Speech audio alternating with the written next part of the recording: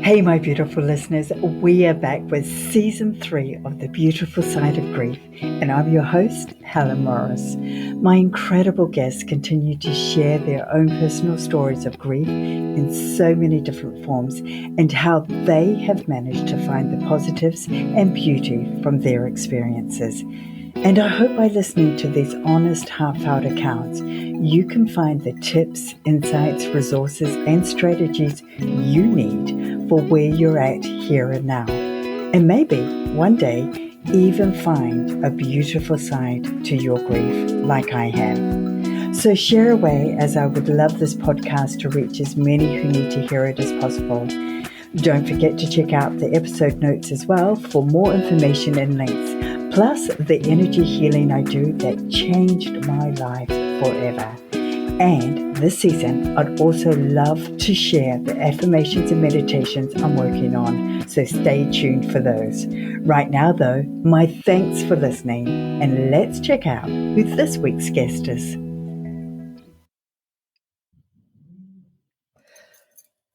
If you've listened to any of my podcast episodes, you'll probably know that my daughter Tal was able to connect with me virtually from the time of her accident, once she realized she had transitioned. And this really impacted my entire grieving process. You may not really have thought about connecting with spirit prior to losing someone very special in your life, but the significant loss of a loved one is often a trigger for opening people up to a world of spirituality that they may never have been exposed to before. And it allows you to connect with those across the veil, including guides and angels and so many more. And the best of all, you do not have to be a psychic or to have been born with the gift or even be highly intuitive.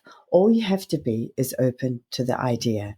My guest today, however, Nicole Antoinette, is a professional psychic. She's also a medium and spiritual mentor who has worked with thousands of people in the past 10 years. And she is going to help us explore and understand this topic in much greater depth.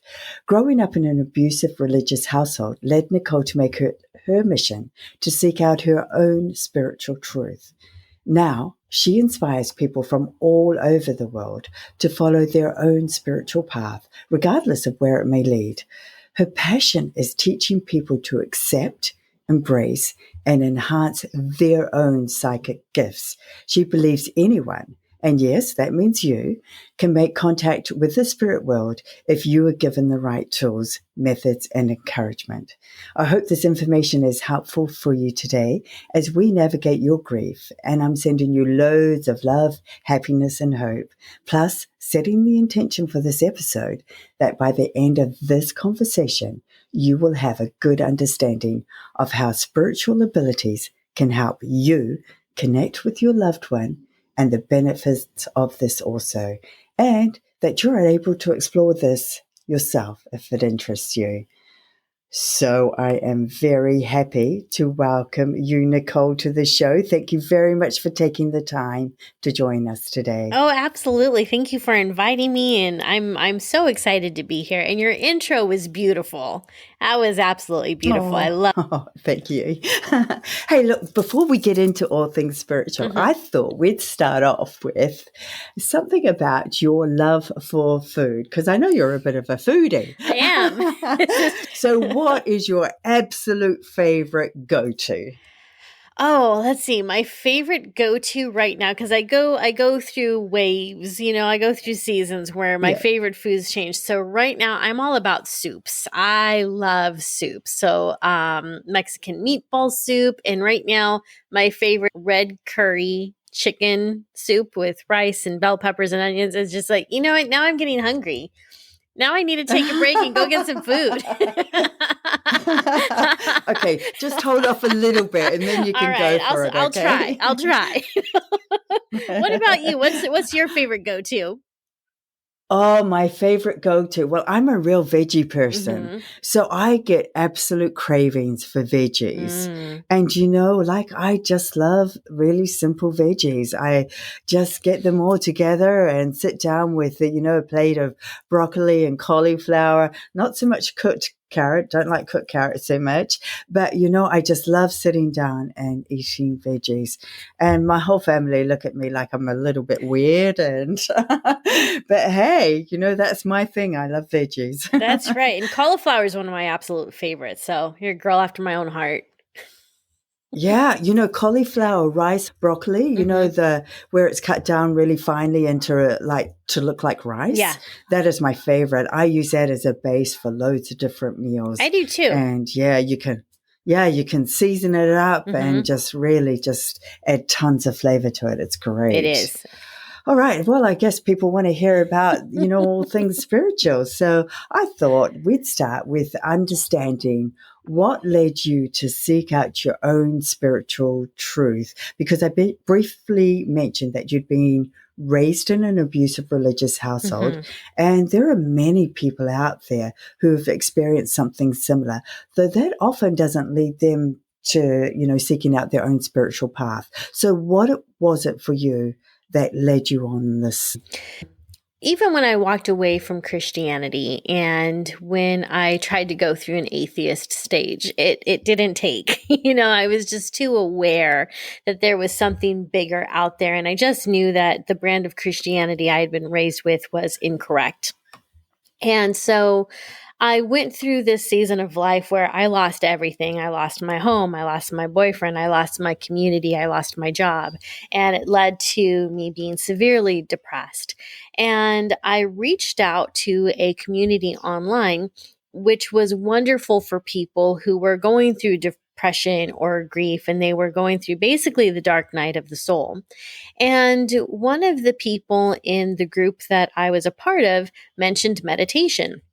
Well, having grown up in a very religious household, I was taught that meditation was wrong. It was bad, even though meditation is in the Bible. But, certain Christians don't like it. And that's the type of Christian I was. So I was actually really intimidated by this idea of meditating. But I was so desperate for some type of peace and relief from my depression, from all the bad stuff that was happening around me, that I decided to give it a try. And I downloaded a wonderful guided meditation that was meant to alleviate depression. And it was so wonderful too. So in this meditation, you're in a boat and you follow a dolphin and you end up in this blue lagoon and you walk along the beach. Well, what's interesting is in the meditation, I was able to see everything with great clarity, and I saw a man on the beach and he had a dog, and I remember being really excited about his dog. Well, nowhere in the guided meditation did it say that I was supposed to meet this person and he was walking with a dog. So it actually turned out to be one of my spirit guides.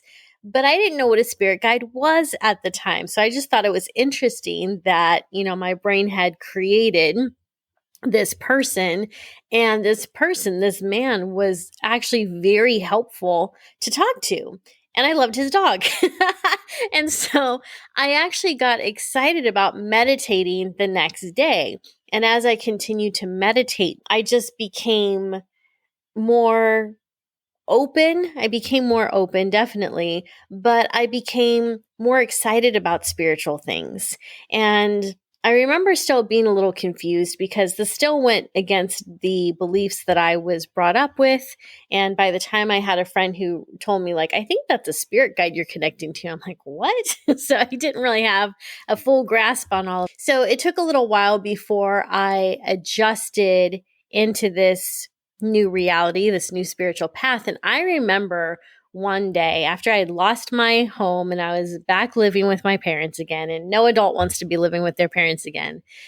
And I was just really thinking about, I was really just thinking about life and God and spirituality and everything that's out there. And I remember praying, God, if there is something more to this than what I see, if Christianity is not it, if there's just something bigger, I need to know. I want to know what this is. Please show me in some way.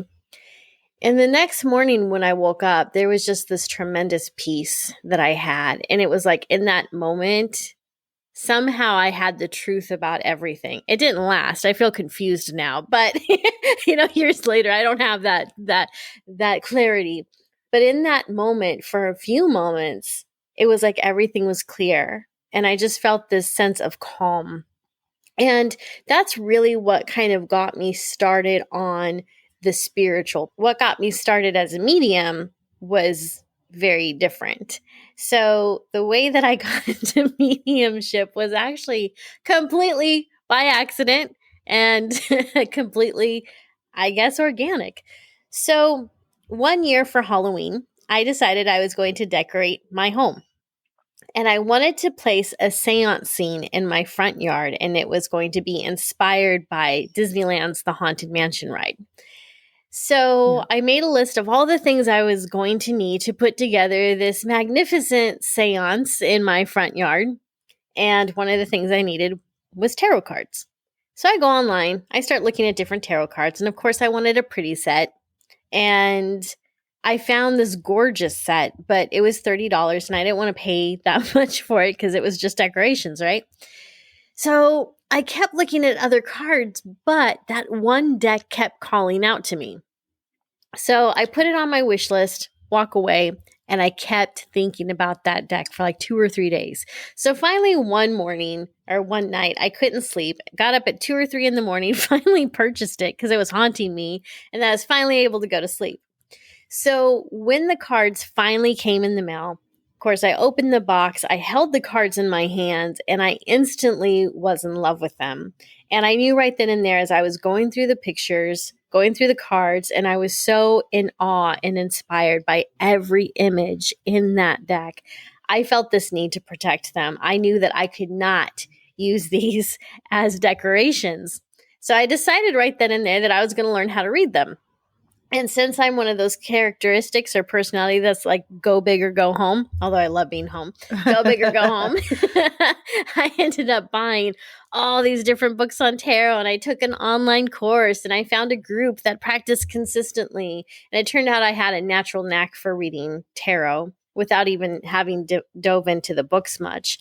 And it was through tarot, it was through reading for other people that my mediumship abilities began to open, because I would be reading tarot cards for someone. I'd be probably just on the first or second card, and I would feel a spirit come through.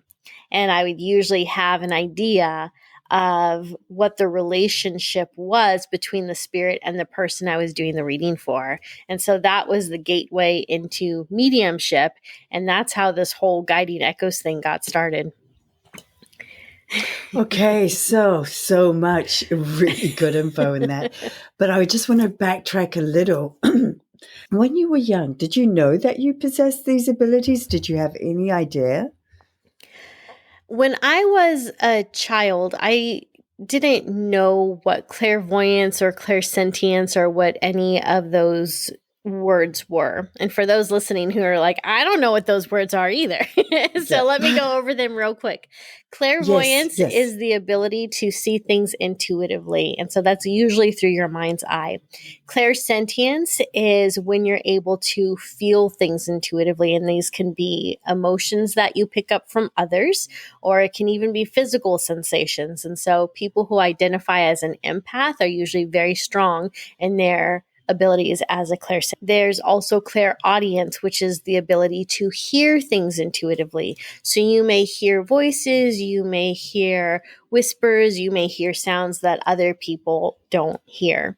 And so these are very intuitive and psychic abilities. So as a child, I didn't know what the sensations were. I just knew that I was feeling different things around me. So as a child, I don't recall seeing any spirits. That's a question I get asked. I don't have a lot of memories of childhood, and I believe that's because of how I was raised. I blocked a lot out. But I do remember sensing spirits. I do remember feeling like there was either something watching me or something in the room with me, and I could identify where they. But that's as far as it went. I did have not exactly imaginary friends, but I do believe that I had spirit guides that used my imagination as a platform to connect with me because I was such a lost and lonely. But they were very smart because they showed up in the form of like, you know, Big Bird or Mr. Snuffleupagus. So they showed up as characters that I was already familiar with. And one of the reasons that was so brilliant is because my parents believed that imaginary friends were actually malicious spirits. And so if I had had an imaginary friend, they would have been very scared by that. But if I were to just talk to my parents and be like, yeah, I was talking to Big Bird, they would have thought that I was just playing with a doll or something. My spirit guides were very smart, go figure that, in the way that they came through to me and the way they were able to comfort me and whatnot. So it wasn't until I was an adult and I knew more about this that I was able to look back and recognize what was happening. But as a child, I didn't have either the community, the support, or the cognitive ability to be able to talk about what it was that I was going through and what I was sensing. I think it's so important for people to understand what you've just said, because many people are feeling like that and they don't actually make the connection. Like as a child, grew up feeling like I didn't belong to my family at all. And I was hugely sensitive to everybody's emotions. And yes, I could also feel, and now I've got that sort of, hearing as well. So that's developed. So I've got several of those things happening, but I didn't know when I was young. Right. So like you, but you also mentioned you went through a dark night of the soul. Mm-hmm. Now that's coming out more and more. That's a phrase that people are perhaps hearing more. Yes. Can we just briefly understand what that is all about? So the dark night of the soul is when you feel as if you've experienced the death of even your own soul. It's when you feel empty. It's when you feel lost. It's when confusion's not even the right word for what it is that you're feeling at that point. It's like nothing in the world makes sense to you. Your own thoughts may even feel dark and empty, but there's this deep feeling of discouragement. And I think the dark night of the soul feels even more profound when you look back at your life and the different steps and choices that took you there. And you're like, I don't understand this. I did everything right. I did everything right. I did everything I was supposed to do. Like, how did I end up here? So it feels as if you've just been sucked into this void and you wonder if you're ever going to have something as simple as hope again. So it's a period of time where hope feels lost. People say, I love you. And you're like, yeah, whatever. Like, I don't feel it. I don't feel the love, and so it's this very deep emotional disconnect. And I feel a lot of times it's almost a disconnect of our own. I do believe that this is usually brought on by either a tremendously tragic experience like what you went through. And it can also be the result of long-standing trauma, such as being in an abusive relationship and not having anyone to turn to. But it can also be the result of a long-term stressful situation, like being in a job that you hate and feeling as if something's chipping away at your soul. So there's a lot of different ways that people arrive at that dark night of the soul. And regardless of how you get there, it seems like the emotional experience is the same for everyone. Good to qualify that, because I feel that once you explain that, a lot of people may be able to recognize that within themselves, or a time when they felt like that. Sure. And just like you said, I believe that is a trigger point that actually then opens you up to having awareness of so much more than just yourself, that there is hope out there, that there is something bigger. Mm-hmm. Now, we're still in the definition stage. Sure. So I just think it's really good for people to understand, rather than sort of, go through the whole talk feeling like I'm not quite sure what this means. But let's differentiate between what a psychic is and what a medium is. And also, can you wrap in there that, just explain whether people can be both religious and spiritual, can't they? Yes, absolutely. Okay, so let's do the psychic versus medium first, and then we'll jump into religion and spirituality. So all mediums are psychic, but not all psychics are mediums. So what that means is all psychics have the ability to gather information through some intuitive sense. So that could mean that a psychic person has very clairaudience, which again is intuitive hearing. So they can hear things other people don't hear. They may everything has life to it. So they may even hear a dog barking that other people don't hear. They may even the trees talking. They can hear spirit guides. They may even hear some private thoughts. Sometimes they're telepathic. And a clairvoyant is someone who is able to see things. So their ability to intuitively see things is stronger than their other abilities and other senses. Those are the psychics that usually have very profound dreams. Like when they go to sleep and they dream at night, they see the most magnificent colors and they see things in detail, and they can wake up feeling confused because they're like, did that really happen or did I just dream it? And usually their dreams and even their daydreams, even the images that pop into their head during the day are going to have some type of profound meaning. So there's a message in everything that they receive. So if you were to go to a psychic would put her attention on you and she would start to receive information about you, even if she didn't know you. So she might start telling you about yourself. She might start telling you about your greatest fears, your biggest hopes, your wildest dreams. She'll tell you about what your hopes are for the future. She'll tell you if you're on the right trajectory or the wrong trajectory. And if she's a good psychic, she's going to tell you what steps you can take to move in the right direction. And psychics and mediums usually both with a form of angels or spirit guides. So that's what a psychic's able to do. Now, mediums, on the other hand, they're able to do all of that, and they also speak to the spirits of departed loved ones who are on the other side. And they also talk to pets, like they can talk to animals a lot of because once that spirit crosses over into the spirit world, there's really no language barrier. Well, after some time has passed, there's no language barrier anymore. So they're able to connect with the spirits, parents and grandparents and whoever's out there. And they use those same clair gifts, clair abilities. So clairvoyance, clairsentience, clair whatever is, whatever else to get those messages across. And what I find is with mediums, it's really important for us to have all of those senses heightened. So for me, I don't get just clairvoyance. I have clairvoyance, clairsentience, claircognizance, like all of it working at the same time. And there are certain clairs that will be stronger. So if a spirit is talking to me, I'll hear it, but it might be a little jumbled. Or it might be as if you're talking to someone and the connection on the phone is just horrible, but I'll also be getting an image of something. And I think that's actually very common of the more developed psychic medium. So that's the difference. So again, they're all mediums are psychic, but not all psychics are medium, because not all psychics take the time to learn how to connect with the other. While we're on the subject, what gifts do you have? I have a little bit of everything. As far as the psychic senses go, I am clairsentient, I am clairvoyant, I am clairaudient.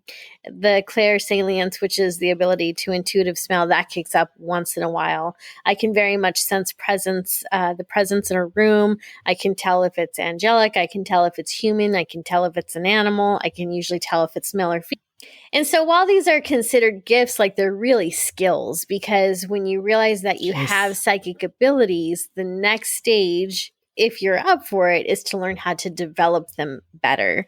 And so those are so my specialty, I guess, is really honing into the connection that someone had with their loved one, and not just the connection as far as if it was their mom or the dad, but more the emotional component that was between the two of them. So usually I can tell if someone's mom was their best friend, or if they were really distant between them and their father. Those are the type of things that I can sense. And apparently that's my specialty. Apparently that's a little unique.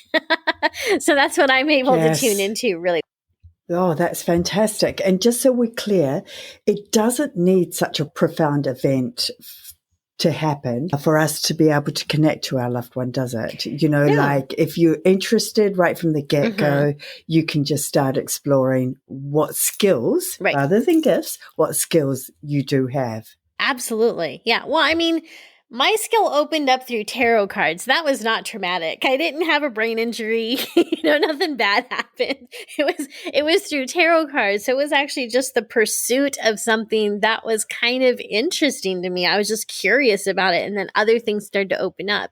And I think that's actually very common with people. Like maybe they have an interest in energy healing, so they take an energy healing course. And as they start doing energy healing with other people, they feel other spirits. In fact, I think that you had mentioned to me you've had that experience before, or they get interested in crystals, So I think that it's actually quite common, though not often talked about, that there's some other divination tool that opens that ability up. And I believe it's because if you're interested in divination, it means you're interested in communicating with some form of spirit.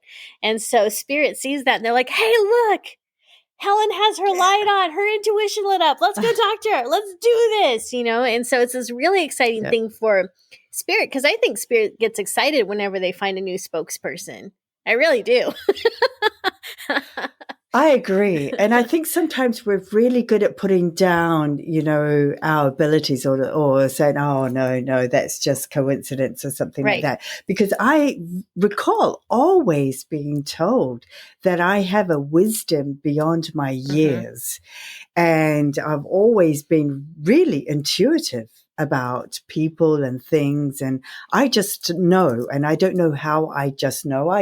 Same. And the other thing is that when I started exploring it, yes, that's when I got into energy healing. It's like Tal said to me, Mom, I think this is really going to help you get over the grief that you have from losing me, but also you can help others with this as well. So as soon as I found energy healing, which I thought was just by chance, but it wasn't by chance at all. Right. When I developed it and it worked really well, and then I started healing myself from chronic illnesses, and then I started being able to work on other people and really dramatically help them, I thought, wow, this is super incredible. And this is something I need to be sharing.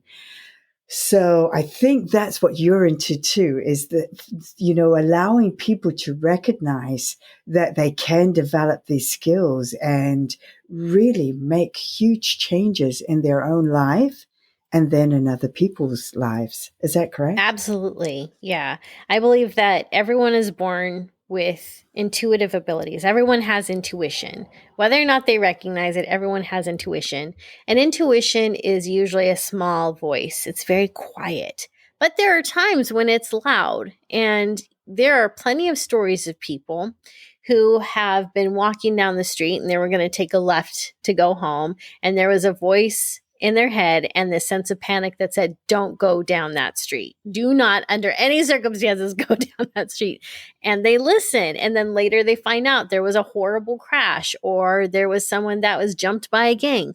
And they don't really take that as, oh my gosh, that was my intuition looking out for me. But it was their guides. It was their higher self. It was their loved ones in spirit warning them. So everyone has an ability to connect with their own intuition.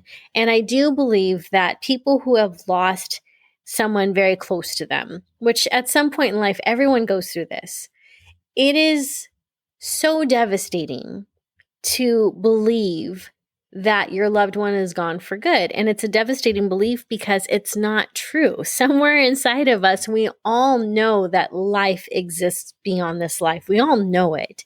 And I think it's a shame that so many mediums have been marketed as if they have this special gift, this special access that no one else has access to, like only the chosen few have this. No, this is everyone's birthright. It is everyone's birthright. And so everyone has the ability to connect with their loved ones on the other side. And that's different from developing mediumship, because mediumship, as a medium, I pick up randos sometimes. Like I'll be going for a walk and, tune into a spirit that I don't necessarily want to talk to or have anything to do with. And so you don't have to worry about that being the case. You don't have to worry about negative energies or anything if you're learning to develop your intuition solely to connect with your loved ones in spirit.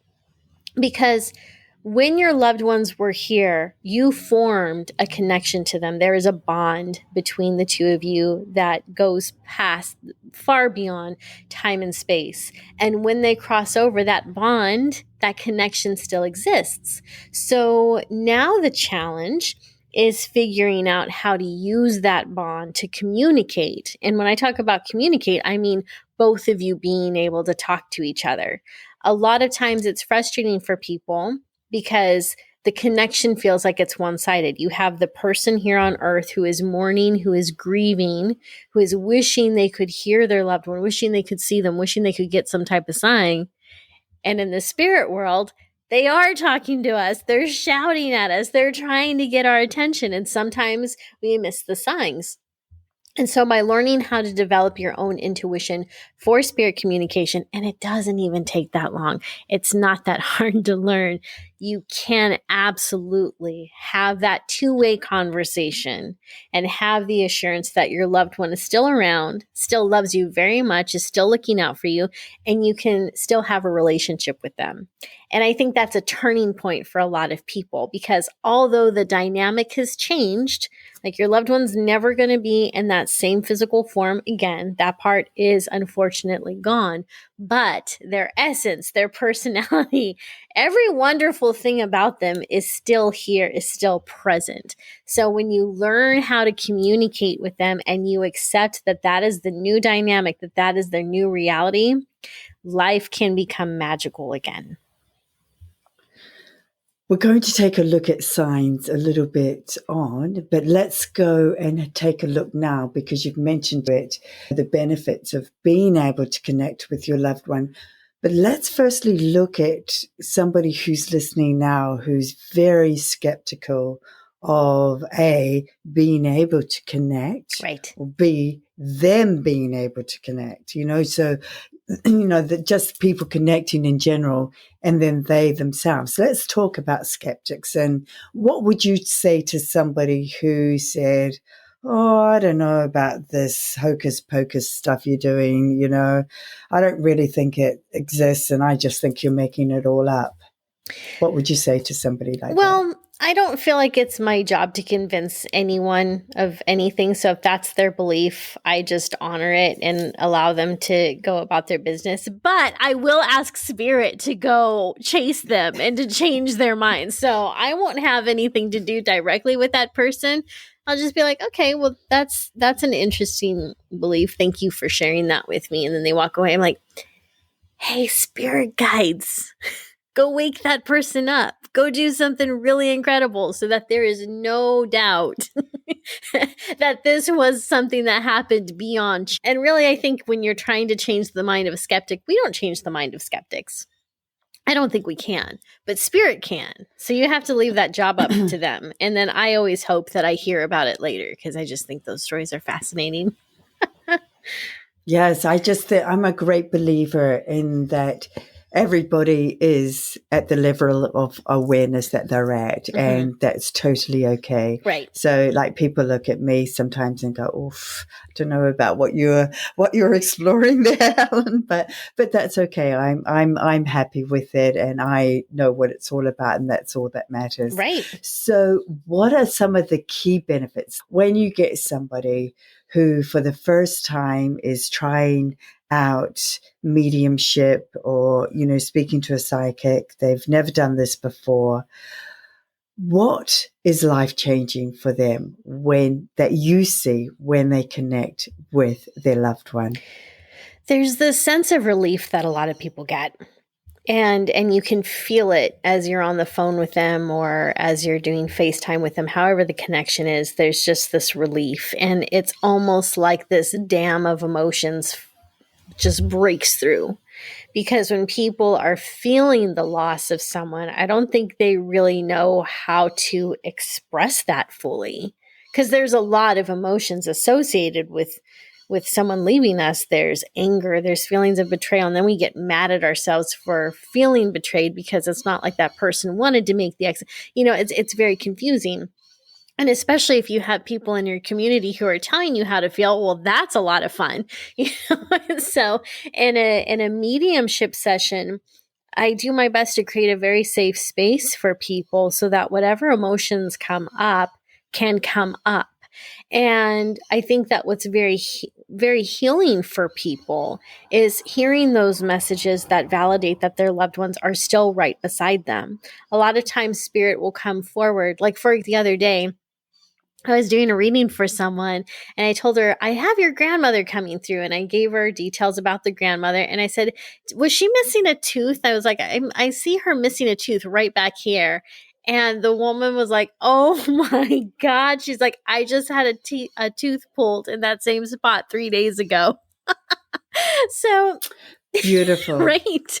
So that's one of the ways that spirit shows they're watching over them. They are still there. They're taking an approach and interest in their lives still. And so when those type of things come through in spirit, there's that relief and belief that their loved ones are still near them. And I do think that there's this sense of peace that can occur for people. The potential problem is that mediums can be addictive. That can be a whole new addiction. And so that's why I'm passionate about teaching people how to build that bridge on their own. Because after you go to a medium and you have this amazing experience and you feel at peace and you feel so loved and you feel relieved, 2 days later, those same feelings of grief and upset and overwhelm and confusion can hit.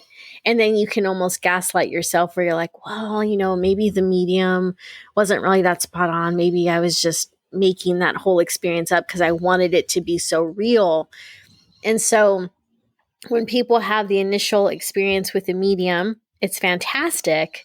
But what's even more fantastic is when people learn how to keep that connection going on their own. So mediums are brilliant at providing validation. I think that's our main purpose actually, is providing validation. Let's talk about that. Mm-hmm. A lot of people would say, oh, that's information that could apply to anyone. Right. So how do you reassure, the clients that you're dealing with that it is their loved one coming through? And it is things like knowing about the tooth, right. Isn't it? Something that nobody else would know about. Yeah. Well, it's so much about, for me, nailing the personality down, getting that personality, because I don't know these people. I don't know what they were alike, especially if I'm pulling in an older generation. Like, they were not all over Facebook or anything. They don't have a carbon footprint on the internet for anyone to go look up. And I believe that the validation pieces can come in different forms. And so for a couple of weeks ago, I had a male client and he was right away telling me he's very hard to read. Like, no one's able to accurately read him. And I was like, challenge accepted. Absolutely. And so I tuned into him and once again got a grandmother figure. But what was different about her was I got the number 60, so I saw that she was in her 60s. I also saw a very old envelope, so it looked like it had been buried or something. It just looked like it, very worn with age. But then I also got the sense that she was very distant emotionally and physically. So I felt like even if she did live near him, this wasn't a grandmother that he saw very often. And I saw that she was emotionally closed off and that she had had a very difficult life and she wasn't someone to speak up for herself. So very reserved, very conservative, but also felt very oppressed in a lot of ways.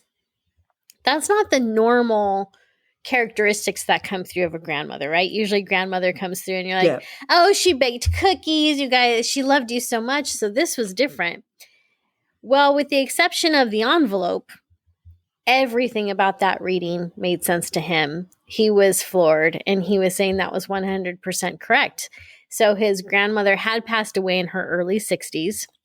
There was an emotional distance between them. She was very cold and she wasn't abusive. She just didn't have a very strong emotional depth to her, but she was in, I don't remember the name of the religion, but it's kind of more of a cult. Although I guess an argument could be made that all religions are cults, but that's a topic for another. Let's not go there. So there was more of a cult that she was in where women weren't supposed to speak up. and they did have to cover basically from head to toe. And so all of the information I had received was correct. So when you have a reading with someone and they're tuning into things like that, that's how you know that it is validation, because that's not the normal archetype for a grandmother or even for a mom. If they're coming through with the personality types on spot pretty much right away, that's how you can know it's correct. And like you were saying earlier, like the tooth was a good hit. Like that was a really good piece of information. And so one of the things to keep in mind too is that when you're doing a reading with someone and you are there as the client and you're talking to a medium, your participation is important, but you also have to be sure that you're not feeding the medium information. So you just want to be able to say, yes, that makes sense. And no, I don't know what that means. Like when I was doing that reading for the person, he had no idea what the envelope meant. I still don't know what it means. But someone who's a skeptic will look at the whole picture and they'll focus on the envelope and be like, well, you brought up this yellow envelope and I don't know what that means. And so they'll focus on that. Let me share with you very quickly a story that I had, which was a really hard case. I went to a medium and she's saying, what is it about socks? And I said, well, I went to put on a pair of socks this morning and it had a hole in the toe because I've got very uppy toes. So I always put holes in where my big toe is. So I thought, no, I better not wear those in case I have to take my shoes off. And she started laughing. And I said, why are you laughing? And she said, well, because Tal's telling me to ask you about the socks because she also knows that I'm currently wearing a sock with a hole in it. Gosh, and funny. She said, and I just tucked it around.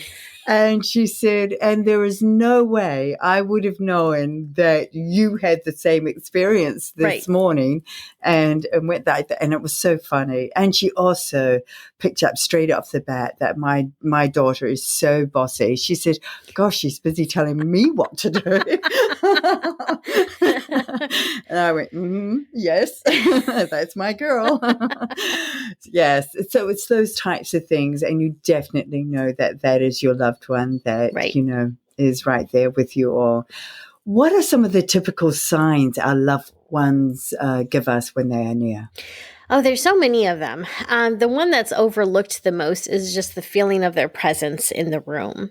I find that a lot where people will tell me that they feel a presence, but they're afraid it's just their imagination. But it's not their imagination. So that's the number one. I think we can always sense when our loved ones. Another is that things will move. Spirits love to play hide and seek. Does Tal do that with you? She changed the photo on my phone because she didn't like the one that I'd put it as a screensaver, and she changed it. Yeah. And see, they'll play little games like that where they'll move your things, they'll change the image on your. So that's another common side. Like, for example, you'll put your keys down, same place that you always put your keys down, and you'll go moments back to that spot. Keys are gone. What the heck? Yeah. So you start looking around and they're in this weird place that you would never in a million years put them yourself. Yes. No one else is home. You can't blame your husband for it. You can't blame anyone else for it. The only explanation is like something else moved your keys. So that's something that they like to do is they like to move things. So they'll move things that are important to you to get your attention, like keys or chapstick or whatever you use on a daily basis. But they also like move things or manipulate things that were important to them. So if there's someone on the other side who really loved music and was always listening to music, they might play with the radio. They might play with the playlist on Pandora or wherever you listen to music online. You might be listening to a song, and in the middle of this song, they change it to a song that they liked. So there's all these different hints. That another common one is seeing a relevant date very often, almost back to back. And so the dates are an anniversary, it could be a birth, sometimes it's the date of their anniversary or of their death date, but that's not one it's usually a birth date, or an address, something with numbers, and you'll start to see it suddenly all the time. Like you'll go like if some address was 1117, you may go to pay for something and the amount is going to be 1117. And then you're driving and you see it on someone's license plate and you're driving up on the billboard, you'll see that phone number. So it just starts to hit you from all these different angles in the most random place. So those are probably the ones that I hear about the most. Oh, and then there's dream visitations, them visiting you. And so there are more signs, but those are the ones that I hear about most from my clients. Yeah. When I went to get a memorial tattoo, and I've got this beautiful tattoo on my forearm, and I never, ever, ever, ever thought I'd get a tattoo, ever. But I've got this because she just booked in on the Monday before her accident to get the chakras down her forearm. And so that's what I've got, her favorite chakra, interlaced with some hearts in that. The first available date was her birthday. Oh, wow. Yeah. Yeah. And That's it was amazing. just like, oh my goodness. I remember looking at her friend going, really? Really? That's the first date? And it was just like, yes, Mum, this is a sign. Go get it. I'm really, yeah. So definitely watch out for those things and don't pass them off as just random coincidences, because there is no such thing as a coincidence. That's right. There's not. So let's now talk about, if somebody is interested in connecting with their loved one, are there any methods that they can use themselves without going through a medium? Yes. In fact, I want to share one that is so easy to do. People get amazing results from this right away. And I love hearing people's stories about how well this method works. So the reason this is so fantastic is because you don't have to do any meditation. You don't have to have amazing clairvoyance or clairsentience. You don't even have to believe you're psychic. All you need for this is some index cards or blank cards and a pen or a marker. So the very first thing you may want to do is sit down and think about some of the common things that your loved one used to say. So was there a joke that they said a lot? Was there a saying? Was there a phrase? For example, people usually have a different way of saying yes. Like if you asked someone like, hey, when you get a chance, can you refill the Brita? They'll be like, yeah, sure. So on the card, one of the cards, you would write down, yeah, sure, because that's how they would normally. Some people aren't very good at saying no. They'll say, well, let me think about it. So you would write that down as one of the things they would say. But think about something that they may say to you if they were wanting to comfort you. Think about how they would possibly talk to you or gently tell you that they don't think that your idea is a great idea. Like if you're like, hey, I'm going to quit my job and try to win the lottery, how would they say, maybe you want to rethink that? So let's just take some time on that one. Right. Let's rethink that plan. But you want to think about their jokes. You want to think about their personality. You want to think about the things they commonly said. So initially what you may want to do is just sit down with a pen and paper and write those things as they come to mind. Now, a lot of people, when they initially sit down to do this, they have a mental block and it can really drive them crazy. They're like, why can't I remember their sayings? Like, I know she had a lot of them. That's where social media can be wonderful, and text messages and voicemails. You can go through their social media. You can go through those text messages. You can even go through the old birthday cards and everything that they sent you and find the statements and the sentences that jump out at you, because you're going to... Such a good idea. Oh, it works brilliantly. And the reason that this works so well is because when you are using their words and their sentences and their personality, you are already tuning into their spirit. You're already tuning into their vibrations. So you take your index cards and you write one sentence or one phrase or one joke per index card. You write one per index card. And then when you have at least 10, that's a good number that allows you to start the communication process. So after you've written out your cards, you can, what I tell people to do is to let their loved one know, hey, I created these cards for us. I need you to start using these to connect with me. And people will ask some type of question, shuffle the cards, and they'll get a response. And usually it is on point with whatever they asked. So I one time had this client, And she said that her father used to always say, it's good enough for company. And that's what he would say if he liked something. So if we went to a new restaurant, how did you like it? It's good enough for company. Tried a new recipe. How did you like it? Good enough for company. How was that movie? It's good enough for company. So she made her cards, and she had, of course, 10 different ones. And she was shuffling them, and she asked her dad, how do you like heaven? And of course, she pulled the card that said, it's good enough for company. Yeah. So I love this method because it does a few things. One is that it encourages you to go back to the most precious memories that you have of your loved one.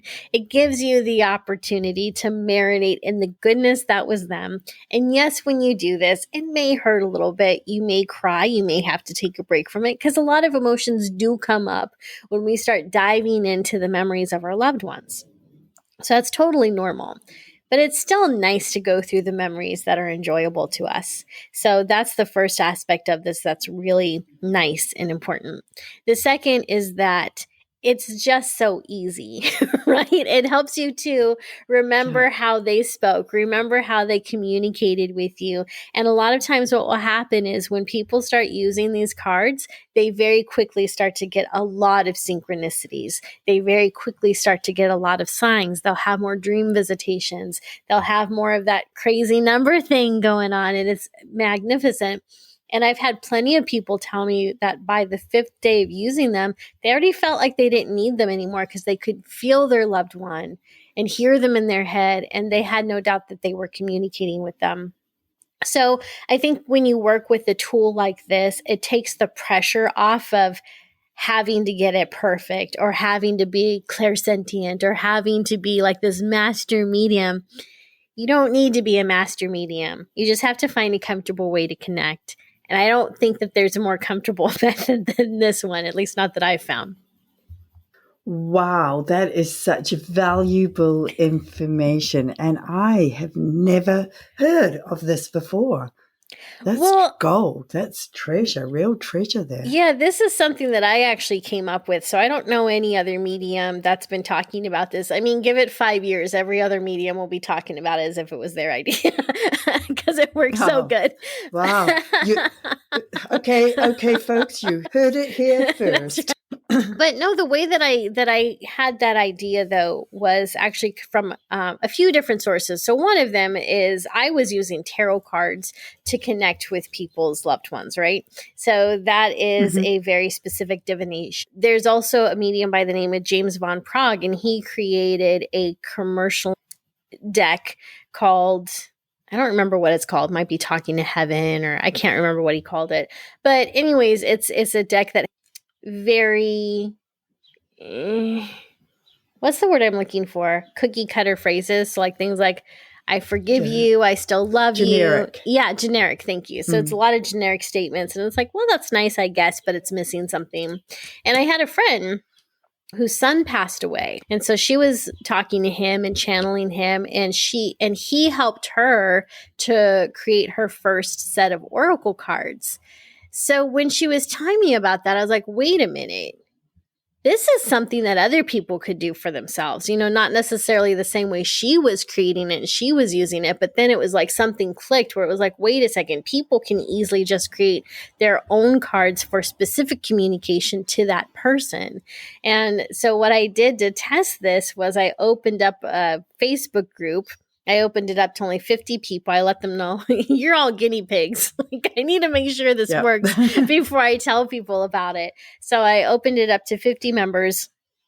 I think only 10 or 20 were consistent with them, but the people that were doing the homework and were doing this precisely as I told them to saw phenomenal results. And that was all I needed to start sharing it with other people. And they got phenomenal results. So it's become like my go-to exercise that I share with people because it's simple and it's so healing. So why would you not want to share that with others? Yeah. Hey, Nicole, I'm aware that we've been speaking for nearly an hour, so I'm really mindful of your time. Do you have any further time for a couple of more questions that we can go into? Mm-hmm. Yeah. Oh, thank you so much. My pleasure. Because, look, I feel we're in the groove. So I really appreciate that. So are you able now just to give us a glimpse into what it is like on the other side for our loved ones? What are they doing over there? If they die in tragic circumstances, do they take that across with them, and does it stay with them? Like if someone's been murdered, do they carry that whole energy with them? So can you just have a bit of a chat with us about that? Sure. So what I've learned as a medium is that everyone's experience on the other side is just as unique as our own experience here. And I think it would be really awesome if there was just one answer to that question. But the truth is there isn't, because again, everyone's experience is different. And so while that would be awesome and convenient for me as a medium, probably wouldn't be all that awesome for the person who's actually crossed over. But what I do know is that when people get to the other side and they get to that realm where they are reconnected with their loved ones, and when they are basking in spirit, there's this feeling of being home. And I think a lot of times on earth, we all kind of have that inclination that maybe we don't belong here or we're not from here. And we do belong here. We wouldn't be here if we didn't. But we know that there's something bigger. We know that we came from somewhere else. And so there's that feeling of returning home. And what Spirit has shown me, and really since I'm clairsentient, one of the things they've allowed me to feel is that sense of peace and oneness and unity with everything, and that complete acceptance of all beings, of all creatures, of all things. Because on the other side, there is no crime. There's no worry about paying your bills on time. There's no stress. And so the only thing there is So do you have love. bills on the other side? There's no bills Sorry on the for other side. But you know what's funny? What's funny, though, is there does seem to be some form of shopping. So they don't have money the way that we do. And the reason I say that, I know it sounds weird, is because everyone's piece of heaven, they take with them their essence. They take with them their personality. So the things that they loved here are things that they also carry with them over there. So people who loved fashion, people who loved shopping, people who loved eating, like all of that stuff is over. And so whatever people loved the most is what they end up being surrounded by. So for a lot of people, it might be pets. Like a lot of people love animals. A lot of people enjoy spending time with their family, or there is sports in heaven. People do play games over there. And wow. And it's kind of that whole as above, so below, but there's a lot of different things that they can do over there. Now, you did ask about, do people take their traumatizing experiences with them? And sometimes the answer to that is yes. Sometimes it's yes. Not always, though. And what will happen is, I have found that spirits go through this transition period.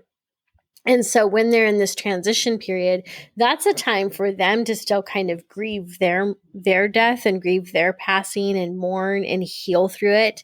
And there's also the awareness, or I should say the awareness of how their passing is affecting their loved ones on earth. And so they're grieving that too. So it's not like they get over to the other side and like everything's fantastic for them. They're so happy that they don't care that their loved ones are grieving. No, they feel that. They feel all of that. And so a lot of spirits go through that transition.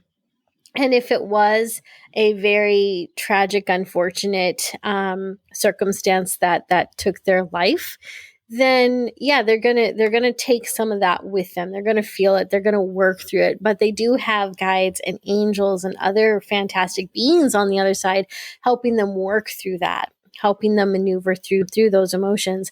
And eventually they get to that point where they're okay, where they're in that place of love and light, and they're able to easily move through time and space so that they can continue to connect with us and talk to us and keep a relationship going with us. Oh, that's wonderful to hear that. That truly is.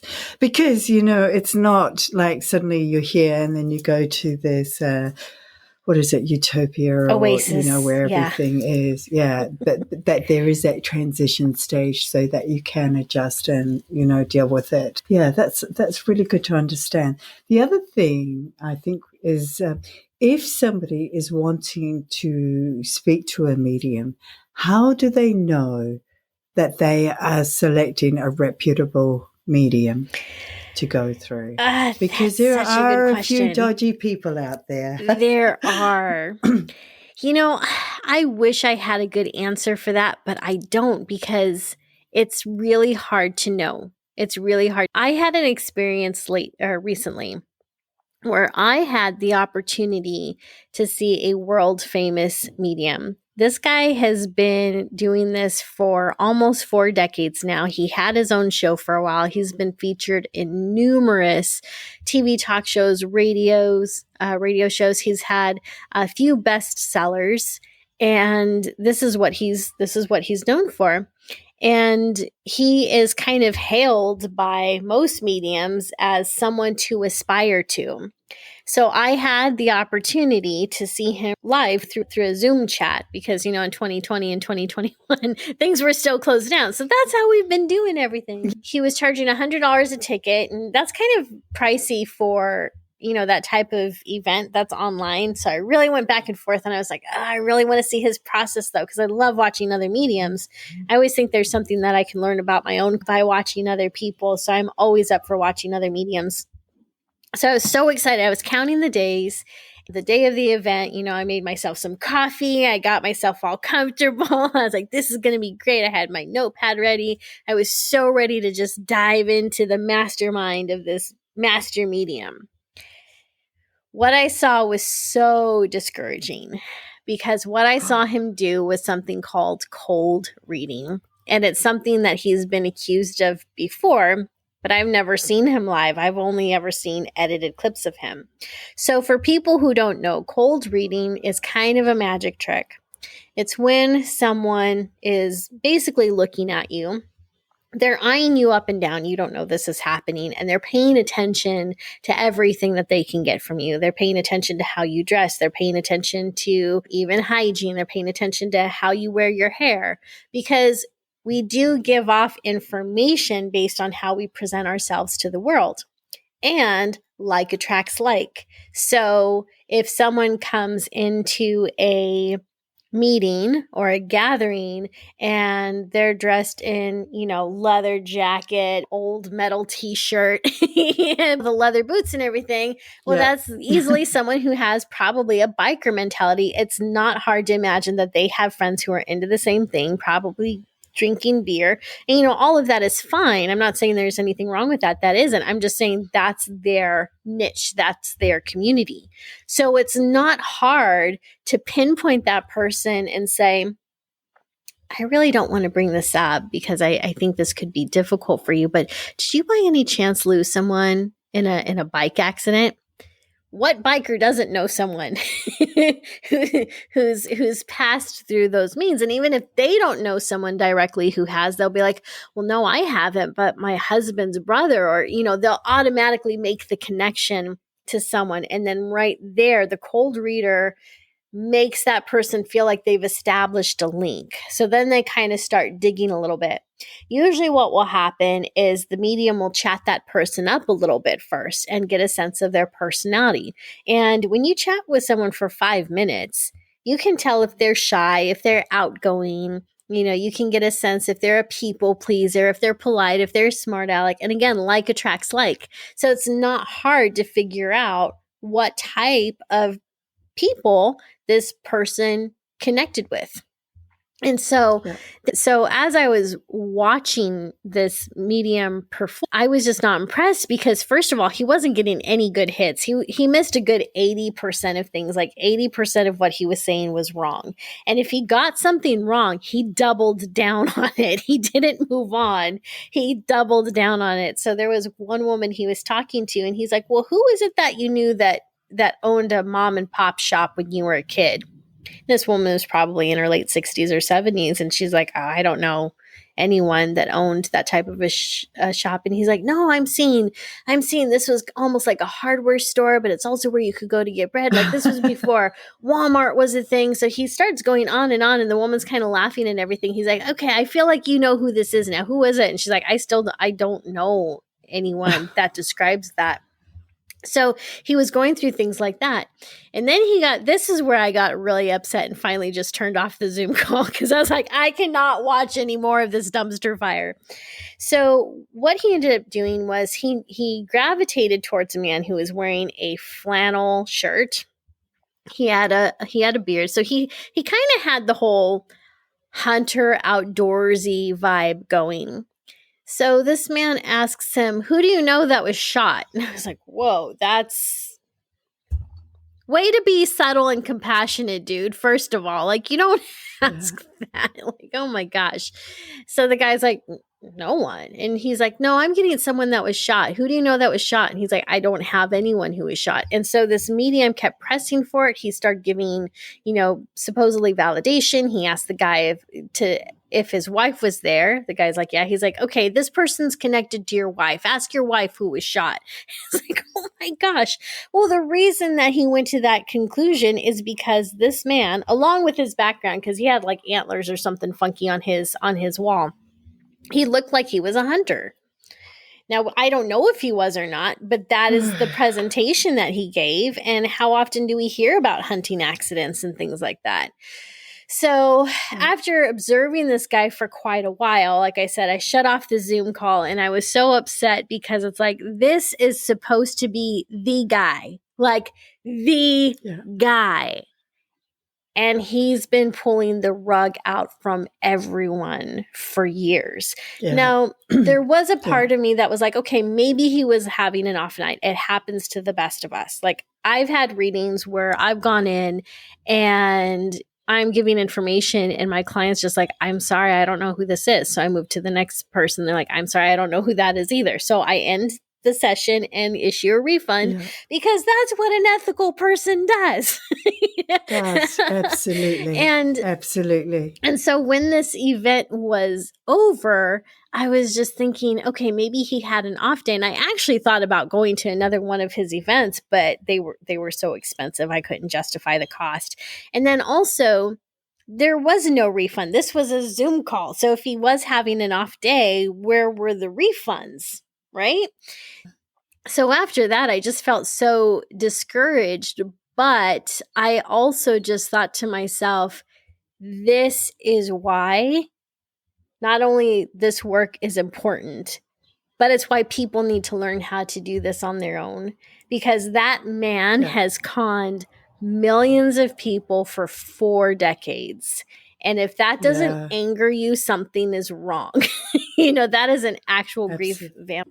So, my best advice for finding someone reputable, get a referral. Like, if you can, get a referral. Also, go by your own intuition. I think that a lot of people, when they go to medium, they kind of already know if they trust them or not. Don't take a chance. Go with someone that you trust. Even if you watch my videos and you're like, I don't know if I trust that girl, don't go to me.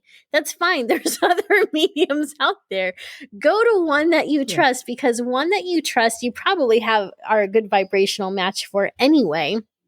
And you're going to feel like you are in safe hands with someone that you trust. And if it turns out that you were wrong, if it turns out that this person is pulling the wool over your eyes, don't be afraid to ask for a refund. And don't go to that person again. But yeah, absolutely. Yeah. So referrals, and then mediums like me, I'm all over the internet. You can look at what I post, you can look at what I talk about and see if that resonates with you. And again, if not, go to the next person. But again, I think it's so important to go with your intuition. I think that our loved ones on the other side a lot of times orchestrate those meetings for us, and so they know if they want to connect with that medium or not. So pay attention to that. I 100% agree with that, because, the medium that I went to, particularly in those first couple of years, used her a few times, she would say to me, just listen. She says, I don't need you to actually talk or validate in that. She said, because I will pull through the information that you need to hear. Yep. And so right off the get-go, I knew that, I didn't have to you didn't have to do anything. Saying anything. Yeah, exactly. I was just there. She said, you just sit back and enjoy the show. And it was like feeding through so much really on point information that was so unique to my girl that, there was no question about it, down to like jewelry I was wearing of hers and things like that. So yes, I love your advice. Let's talk a little bit about what you can offer people. If they come to your website, I see that you've got, in addition to the one-on-one sessions, you also hold groups. What is the purpose of the groups? Okay. Because that may be something that somebody feels way more comfortable getting into, as a starter. So I have a couple different groups. Are you referring to the psychic development group? Yeah, just whichever group you want to run with. Right. I'm open. There's two. So I have group readings, and those are for people who are comfortable enough to have a mediumship reading with other people, but maybe a one-on-one mediumship experience is too expensive for them, because I understand it can be pricey. And so I try to price things so that everyone can afford what's in their range. So the group mediumship readings happen once. They're semi-private because I max them out at 6 people, because I want to be sure everyone who attends gets a reading. So that's a group. That's the group reading. The development group that I offer, it's called Psychic Gym. It is the group that I wish was around when I started my spiritual path. And in that group, there's a big focus on making people feel comfortable, but of course, teaching them to accept, embrace, and enhance their own spiritual abilities. And the way that you do that is by being courageous and showing up for it. So every week, every Sunday at 7 p.m. Eastern Time, we have a Zoom call with several members of the group. And so during the Zoom call, we'll go through a nice guided meditation. I'll talk about a different form, or not a different form, but a different topic relating to psychic development. So we might talk about auras or chakras or work with tarot cards. And then after that, we split up in different breakout rooms so that they can practice with each other. And so that's available the goal is to get to a point where those classes take place every single day and they're all themed. So although right now mediumship development is birthed out of psychic development anyway. So at some point down the line, I'm hoping around June or I'll be opening up another class that's specifically for mediumship. So you'll have psychic and medium. The other benefit to group is that people get access to all of my online courses. They get access to the recordings of all the workshops. They also get a monthly Q&A with me where they can ask either a psychic development question, they can ask about a spiritual experience. Basically, it's a time to get free coaching from me. So they get to submit a question, and then I answer it during a Facebook Live. And if they miss it, no problem. They can always watch the recording. It also comes energy reading for the week. It comes with positive affirmations. It comes with psychic development exercises that we do throughout the week outside of the group. So there's a lot involved. And what I love about it is a completely safe community. I do not allow people in there, or I should say to stay in there, if they're going to cause problems for the group, or if they've got that holier than thou art mentality. It's like, that doesn't belong here. Like, keep your pride at the door. But it's just a fun place to encourage each other, to be vulnerable, and to practice.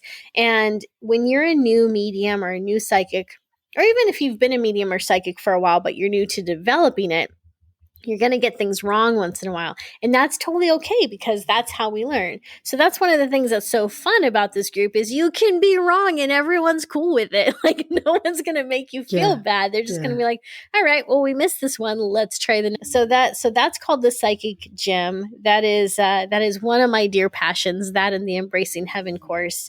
Because the Embracing Heaven course is the one that teaches people multiple ways to connect with their loved ones. And so that's what I offer. I highly recommend anybody listening to go and check out your website because it's got so much incredibly interesting information. You can just go through it at your leisure.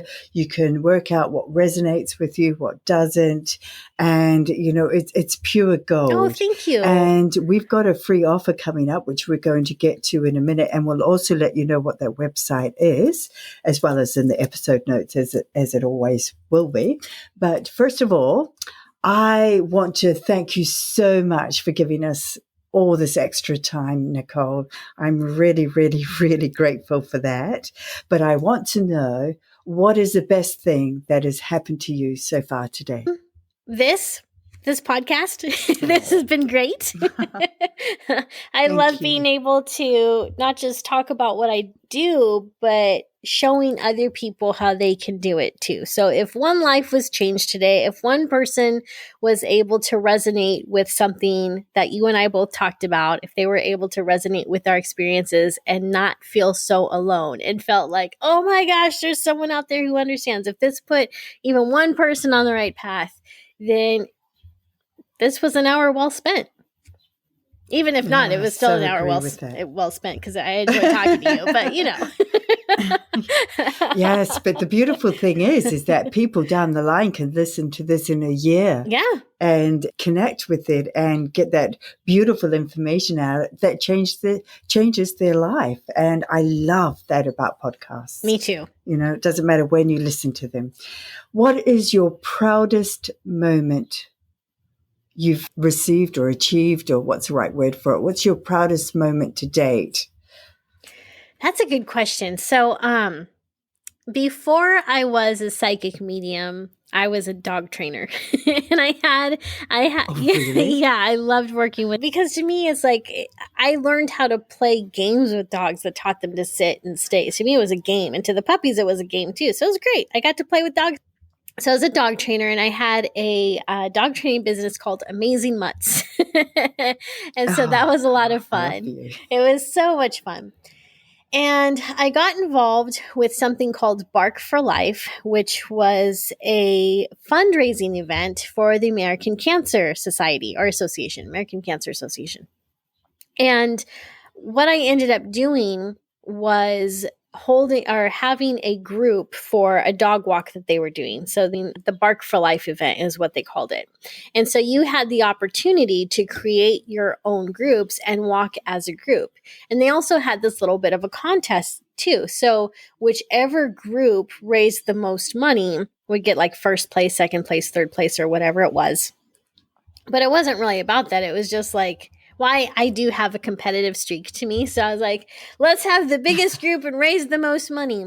But what I also did was, one of my dog training clients had also been diagnosed with a form of brain cancer. And so I ended up also having a private fundraiser for him. So I set up my booth. At the time, I was making homemade leashes and collars and, making all this fun stuff for dogs.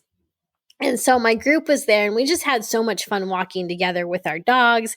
And we ended up I don't remember how much money we raised for Jeff. So like the personal fundraiser for him, the man with the brain cancer, ended up being pretty good and helped him to pay at least a fraction of his bills. I won't say even half. It wasn't even that much, but at least helped with something. But we also got first place in raising money for the dog walk, from raising money for the American Cancer Association. And so I got like this little plaque that, said Amazing Mutts on it. It had the date, and that was just something I was so proud of. And so even though I've had other accomplishments since then, that's the one I always look back at, because it was fun to organize. It was fun to put together. It was nice knowing like I'm walking my dog and helping people who have cancer. This is amazing. So it's such a good feeling when you help others, isn't it? It just fills your heart. It does. Yeah. So being able to just go out there and help. Yeah, it was amazing. It was so much fun. It was such a fun day. It was such a fun day. Oh, I love it. When your day turns to custard, when things start to go wrong, or when you have moments that really are looking pretty dark, how do you pivot out of those? So the two things that I've started doing I journal. Like I'll go to my journal, and there's two different things that I might do. So one of them is I'll just write about whatever has me upset. I'll write about my emotions and how my emotions want to be revealed versus how I'll actually express them. Because breaking things isn't always so journal when I'm upset or whatever. The other form of journaling that I'll do, I have found this to be incredibly useful, is I'll actually write a letter to myself, and I'll feel like I'm actually channeling that from, I don't know if it's from a higher self or angel or whatnot, but I basically tell myself all the things that I need to hear in that moment to calm down. So I might start by, Dear Nicole, I know that you're having such a hard time right now, and I'm so sorry you're going through this. You have every right to feel this way. Like, what happened wasn't fair. This wasn't, and so I just kind of give myself permission to feel that way. But I'm also talking to myself the way that I would talk to a good friend. So it really helps me with myself. So that's one of the things that I'll do. And then the second, meditating, because meditating helps me to go inward and get away from whatever's got me upset and helps me, regulate my emotions and whatnot. But I think that the journaling has probably been the best thing for me, because I can just kind of get back, get those emotions out and kind of get back to like feeling like myself again. Yeah, well, look, I'm a great believer in that, because with energy healing, a lot of this is releasing all those emotions that we've trapped within ourselves because we haven't given ourselves permission to process them, or we haven't known that that is something that we could do. So I love that. Totally. Well, now I need to hear yours. So whenever I'm having a moment, I use gratitude. I flip it. This was something that helped me after I lost Tal, and I could feel myself going dark. That's how I term it, going dark. I like it. Yeah. And I just thought, I don't want to go there. I know this is where I'm going. I don't want to go there. So I would think, okay, what am I grateful for right here and now? And it would be silly things like, I'm just grateful that I've got this roof over my head. I'm grateful that we've got running water. I'm grateful, it would be the most basic things, but I would just find things to be grateful for. Yeah. And then we have here a psychic medium called Calvin Cruikshank, and he put out a book, and I just absolutely love this book. And it was all ideas that would help you have a different perspective on losing your loved one. And so I would just grab that book, I'd open it to a page, and I would read, and it would be so on point to what I needed to hear in that moment. And then I would just like breathe and go, okay, it's okay. It's okay. And then often walking. I'm a great believer in grounding and getting back with nature and walking. And that always calms me down, eases me. And those are my go-tos. Yeah. Now, to finish up with, let's share this offer that you've got for our listeners, and also any takeaways that you'd like to leave them with. Sure. The free offer that I have is a guided meditation. And this meditation was designed to help people to accept and embrace their psychic abilities. Because even though the world is thankfully becoming more open to intuition and mediumship and things like ghosts and spirit, there's still a stigma. And we can still feel very silly or foolish when we decide to jump on the psychic bandwagon. And it can be scary, and it can be intimidating. And we can wonder if we're losing our minds. And there's also, for people who grew up in a religious setting, or even just a different spiritual setting where they were taught different spiritual concepts, they might feel like they're turning their back on their family or their heritage. And so there's some intimidation and a little bit of fear there. So what this guided meditation does is it helps you to get into a very relaxed state. And it also shows you why your psychic abilities are important. And I don't want to give it away because I want people to actually get it and have the experience on their own, but you will come out of this feeling more secure and confident about your psychic gifts. And you'll come out of this knowing that there's nothing to fear, that these are your God-given abilities and you have every right to use them, and you're encouraged to. So that is available on my website for free. And then also I do want to encourage people to check out my YouTube channel because there's like so many free resources there. So that's youtube.com/guiding echoes. In fact, I recently released a meditation it's not a meditation. It's a 5-hour audio that has all of these affirmations that repeat over and over again that you can listen to while you're sleeping. And those were created to help you to develop your mediumship abilities while you sleep. Because a lot of people get stuck in their mediumship and spirit communication abilities because of the beliefs that they hold. And if you don't change your thoughts about your beliefs, then you keep those same beliefs and the brain learns by repetition. So that's something that I recently released on YouTube. And of course it's YouTube, so it's totally free. So lots of resources. Yeah. Oh, I'm so, so happy. Look, it has been an absolute pleasure to be speaking with you today, Nicole. Look, I feel like you've shared so much incredible information with us. And I love that you don't actually want us to be going to people like you and paying people like you to, that we can develop it ourselves and we have those skills within ourselves. And just hearing that information, I think, is so valuable, and it gives hope to anybody out there listening who's wanting to connect with their loved ones. So you have my gratitude always, Nicole. Thank you. I feel it's been a real privilege connecting with you. Thank you so much. And it was great talking to you too. Thank you so much for having me. This was a great conversation. Thanks for listening. I hope you got some real value from this episode. Let me know how I'm doing, or if there's a topic you'd like covered, by clicking on the Healing to Be You Gmail link or going to the Healing to Be You website. To get notified of new episodes, hit the subscribe button, and please share if you know of someone who could benefit from this episode. Until next time, be kind to you and take good care.